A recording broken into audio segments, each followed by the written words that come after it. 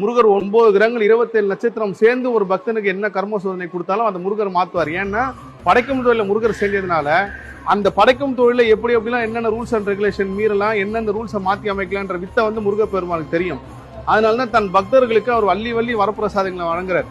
ஒருத்தனோட கர்மா எவ்வளவு மோசமா இருந்தாலும் வந்த உடனே முதல்ல அவருக்கு சோதனை கொடுத்துருவார். கண்ணீர் விட்டு அழகிற அளவுக்கு சோதனை கொடுத்தோடனே அவன் கண்ணீர் கர்மா கரையும். கண்ணீர் வந்தாலே அந்த சோதனை கொடுத்து கர்மாவை தீர்த்ததுக்கு அப்புறம் தான் முருகர் அவனுக்கு எல்லா வரங்களையும் கொடுப்பாரு. அதுல இந்த இடம் குறிப்பா என்னன்னா, படைக்கும் தொழில முருகர் சிறுவாபுரியில இருந்து செய்யறாரு.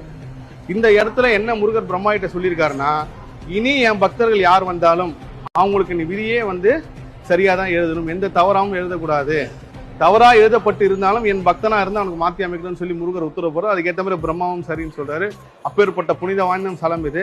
இதை பாத்தீங்கன்னா ஒரு பெரிய தேசம்னா ஆந்திரா மக்கள், நான் எல்லா பேட்டையும் சொல்ல, உலக தலைவனே முருகர் தான். உலகம் முழுதும் முருகர் வழிபாடு இருந்து